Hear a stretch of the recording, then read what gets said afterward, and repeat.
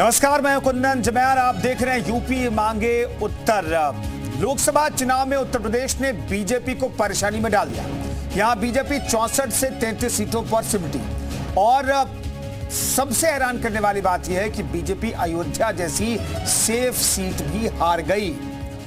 इसी साल राम मंदिर का उद्घाटन भी हुआ था। प्रधानमंत्री नरेंद्र मोदी के राम मंदिर उद्घाटन के बाद चर्चाएं थी कि उत्तर प्रदेश में बीजेपी राम लहर में अच्छा प्रदर्शन करेगी, लेकिन जहां राम मंदिर बना वही सीट बीजेपी हार गई। अयोध्या में हार के बाद सपा ने बीजेपी पर हमला बोला और अयोध्या में जमीन अधिग्रहण के बदले मुआवजा न देने का भी आरोप लगाया। वहीं अयोध्या में बीजेपी की हार पर सोशल मीडिया में हाहाकार मचा हुआ है। बीजेपी के समर्थकों ने सवाल किया है कि मंदिर के उद्घाटन के बावजूद बीजेपी अयोध्या कैसे हार गई। तो खास पैनल के साथ आज इन्हीं सवालों पर चर्चा करेंगे, लेकिन सबसे पहले ये रिपोर्ट देखिए।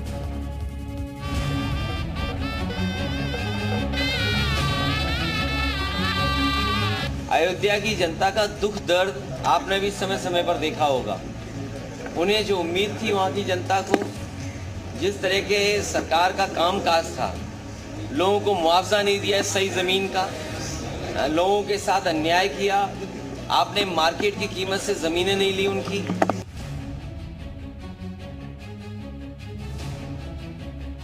असली मर्यादा पुरुषोत्तम भगवान का सेवक तो जीता है, और वहीं पर वो ही नहीं, पूरे फैजाबाद मंडल में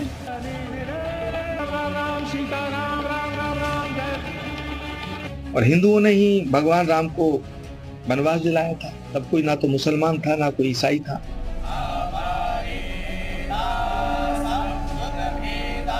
कि अयोध्या वाले राम का सपोर्ट करते और राम का जिन्होंने भव्य मंदिर बनवाया है उनका वो सपोर्ट करते। अयोध्या वालों की जिम्मेदारी थी, उन्होंने जिम्मेदारी नहीं निभाई।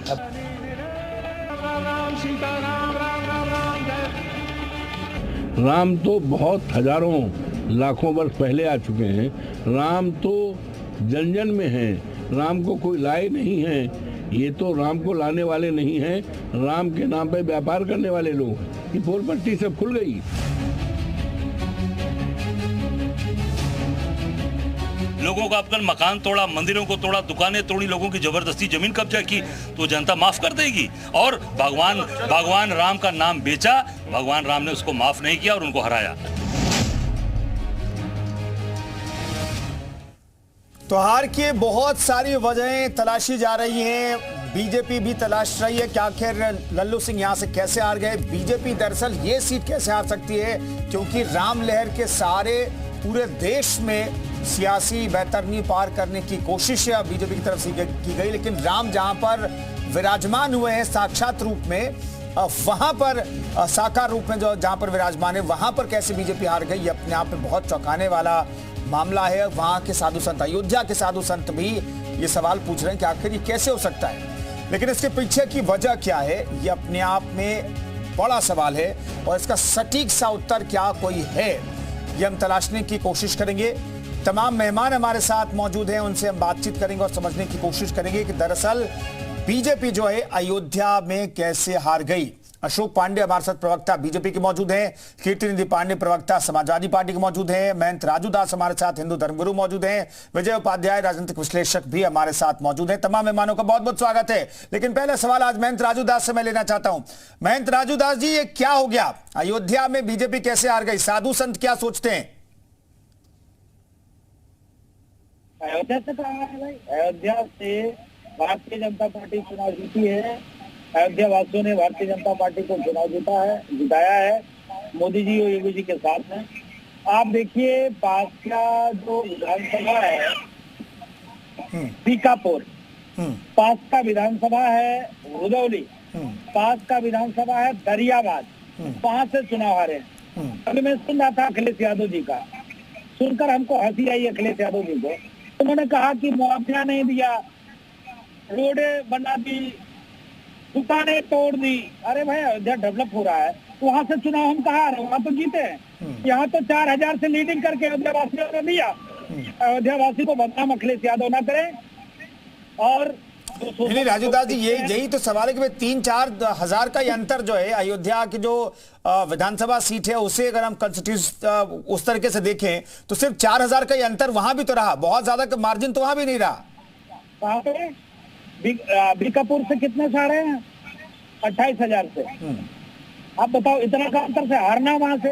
रुदौली से हारे हैं उतने अंतराल में, गरियाबाद से हारे हैं उतने अंतराल में, 4,000 5,000 में मिल्कीपुर से हारे। मिल्कीपुर ने संभाल दिया। विषय ये है कि जिस प्रकार से अयोध्या को बदनाम किया जा रहा है ये दुखद है, अति निंदनीय है। अयोध्यावासी भगवान राम के साथ, सनातन के साथ, संस्कृति के साथ और अखिलेश यादव जी ने वोटरों को भरमा दिया, इसके नाते थोड़ा बहुत वोटर उनके साथ चले गए। ठीक है कीर्तिनिधि पांडे साहब, ठीक है आपने लोकसभा चुनाव जीत लिया फैजाबाद सीट से, लेकिन अयोध्या जो है बीजेपी के साथ है। राजूदास जी कम से कम ये कह रहे हैं। सबसे पहले तो अयोध्या वासियों को प्रणाम मेरी ओर से, और अयोध्या वासियों ने इस पूरे देश को एक संदेश दिया कि आपसी भाईचारगी, आपसी एकता की राजनीति चलेगी, नफरत की राजनीति इस देश में नहीं चलेगी।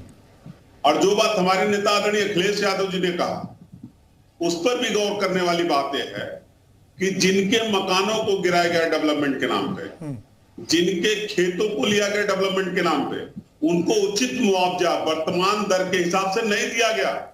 हमें याद है साल भर पहले से लगातार लोग समाजवादी पार्टी के कार्यालय पे जाते रहे हैं और आदरणीय अखिलेश यादव जी से अपनी फरियाद करते रहे। आदरणीय पवन पांडे जी के सहयोग से लोग अखिलेश यादव जी से मिलते रहे, अपनी बात करते रहे।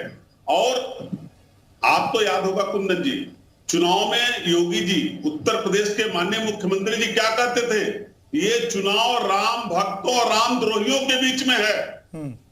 अयोध्या की जनता ने जवाब दिया है कि राम भक्त कौन है, राम द्रोही कौन है। ये जवाब अयोध्या के लोगों ने दिया। अब केवल अयोध्या क्यों, आप बात कर लीजिए बनारस की। बनारस में भी प्रधानमंत्री जी बहुत कम अंतर के वोटों से जीते हैं। 10 लाख पार का नारा देने वाले लोग 1.5 लाख वोटों से जीते हैं। इलाहाबाद धर्म की नगरी है, वहां भी भारतीय जनता पार्टी हार गई।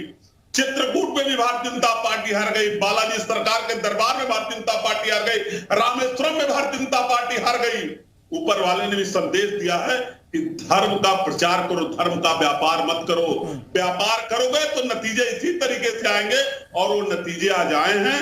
मैं पुनः कहता हूं कि अयोध्या वासियों को मेरा प्रणाम, मेरा सलाम, क्योंकि अयोध्या वासियों ने इस देश को एक बेहतर संदेश दिया। ठीक है पांडे साहब, जवाब दीजिए। हम तो अयोध्या पर चर्चा कर रहे थे, लेकिन कीर्तिनिधि पांडे साहब कई धर्म नगरियों का जिक्र कर रहे हैं और वहां पर बीजेपी की हार और बीजेपी वहां पर ट्रेल करती दिखाई दी, इसका जिक्र कर रहे हैं पांडे साहब। लेकिन अयोध्या में हार कैसे गए?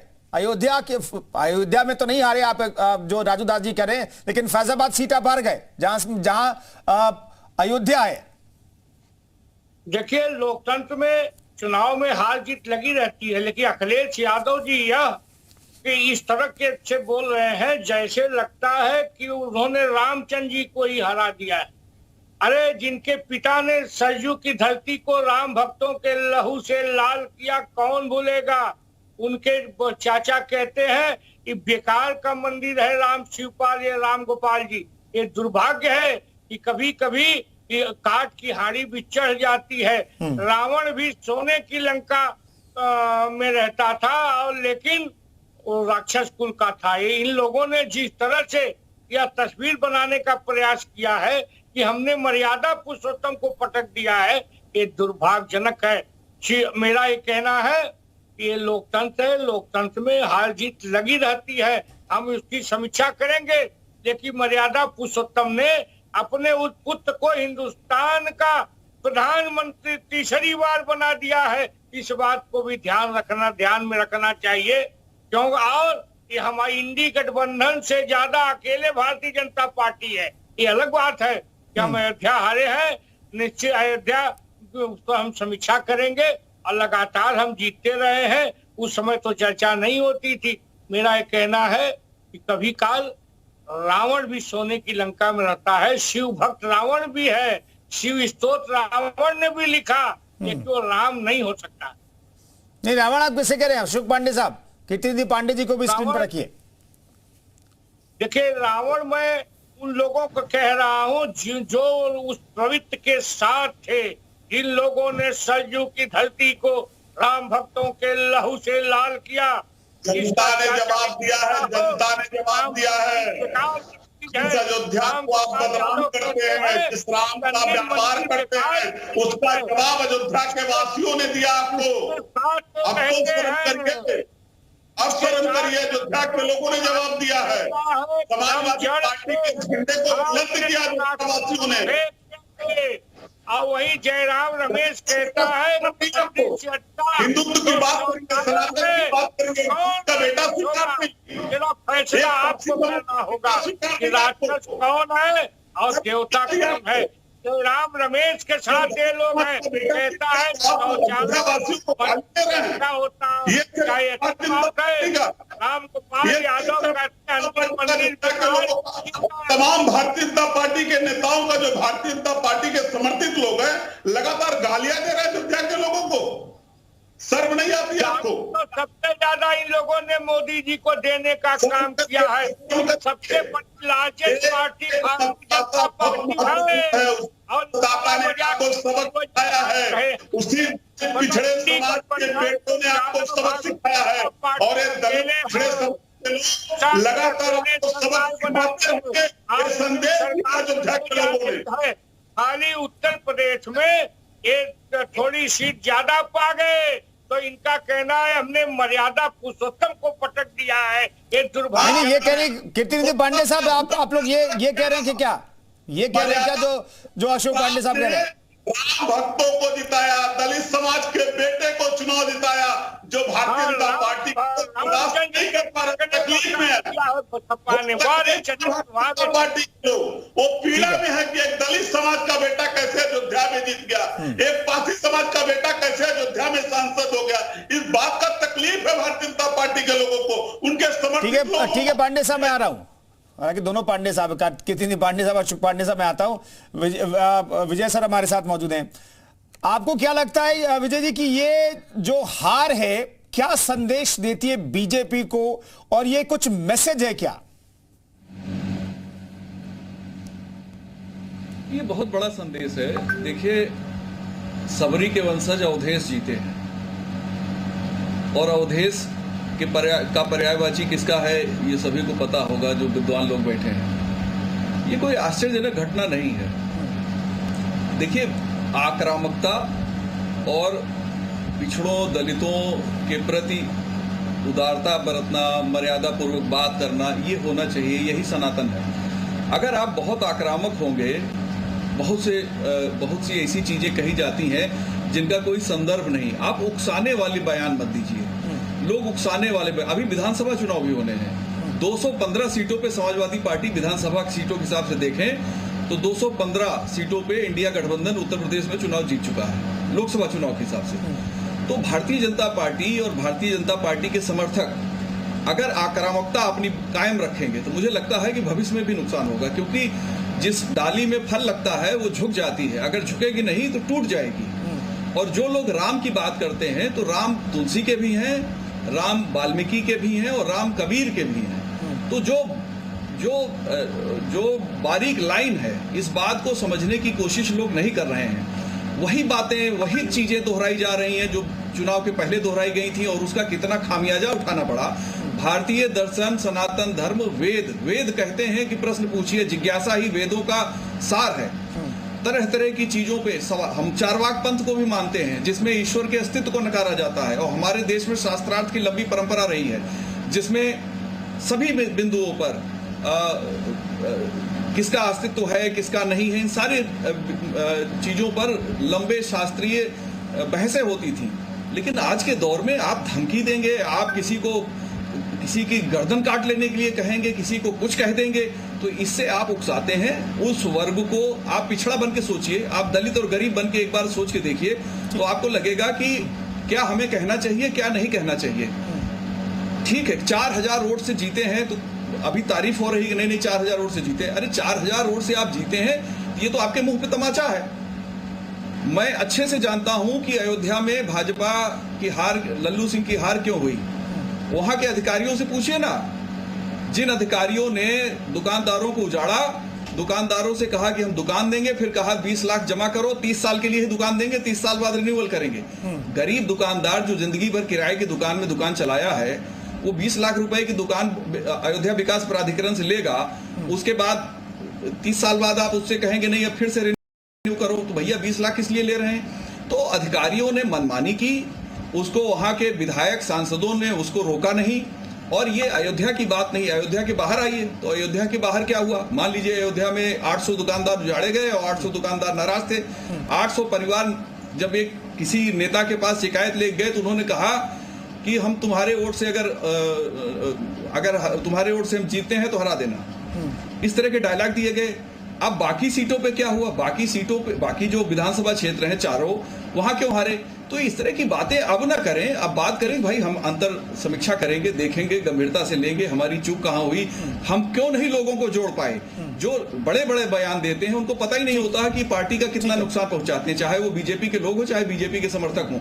मेरा ऐसा मानना है कि संयम, सद्भाव और मर्यादा राम की ये सीख है। अगर ये नहीं समझ पा रहे हैं विजय जी ने बहुत बारीकी समझा दिया दरअसल क्यों हारी है बीजेपी वहां पर और किस तौर पर इस हार को देखा जाना चाहिए। अशोक पांडे साहब, लेकिन मैं जल्दी से पूछूं आपसे, तो आपके हिसाब से क्यों हार गए आप लोग अयोध्या सीट? जल्दी से अगर बता सके तो। विरोधियों पर निशान मत साधिएगा, लेकिन कहां पर चूक हो गई? देखिए, हम इसकी समीक्षा करेंगे। निश्चित तौर पे ये जरूर है कि हम क्यों हारे, इसकी हम समीक्षा करेंगे, लोगों से जानकारी लेंगे और निश्चित तौर पे हम ये कह सकते हैं कि आने वाले दिनों में इस सीट को हम फिर से जीतेंगे। कीर्तिनिधि पांडे साहब, राम को लेकर के, राम विरोधी और राम भक्तों के बीच चुनाव था, लेकिन राम की नगरी में आप लोग जीत गए, उस सीट पर आप लोग जीत गए, तो इसे किस तौर पर समाजवादी पार्टी देख रही है और जीत की वजह क्या रही? देखिए कुंदन जी, मैंने दो बात कहा। अयोध्या राम की नगरी है, इलाहाबाद संगम की नगरी है, चित्रकूट भगवान राम की नगरी है, काशी बाबा विश्वनाथ की नगरी है। सब जगह भारतीय जनता पार्टी की हालत पतली रही। काशी छोड़कर के तीनों धर्म की नगरी में भारतीय जनता पार्टी हार। और जो बात विजय जी कर रहे हैं वही बात तो हमारे नेता आदरणीय अखिलेश यादव जी कर रहे हैं। अगर आपने किसी का मकान गिराया, किसी गरीब का मकान गिराया एयरपोर्ट बनाने के लिए, सड़क चौड़ीकरण के लिए, कम से कम उसके जीवन यापन का इंतजाम उत्तर प्रदेश की सरकार को करना चाहिए था जी। नहीं किया अगर उन लोगों ने, तो वोट की ताकत है सत्ता बदलने की।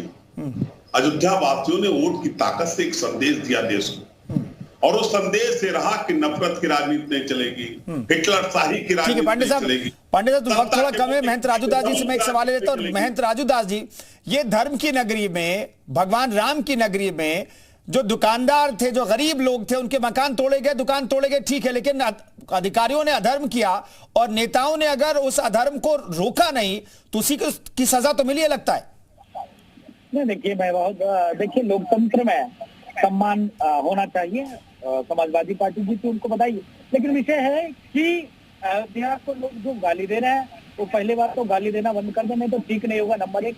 नंबर दो, जो नेता भी बैठे हैं बीजेपी से पांडे जी और समाजवादी पार्टी से पांडे जी, बीजेपी के जो पांडे जी बैठे हैं उनसे मेरा निवेदन है, आप मुसलमानों की राजनीति छोड़ दीजिए। आपको हिंदू वोट करता है, हिंदुत्व की बात करिए, सनातन की बात करिए, संस्कृति की बात करिए। एक वोट मुसलमान नहीं देता।